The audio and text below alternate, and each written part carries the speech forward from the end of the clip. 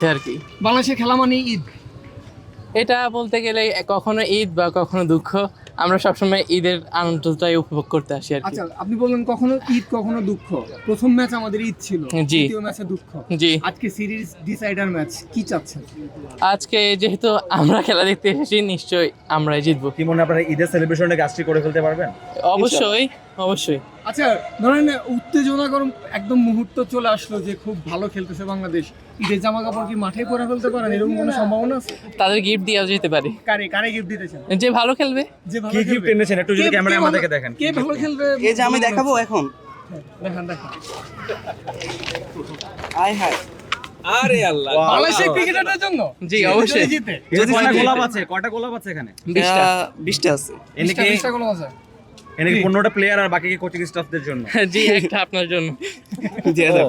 এখানে তো অনেকজন আছে। এরকম।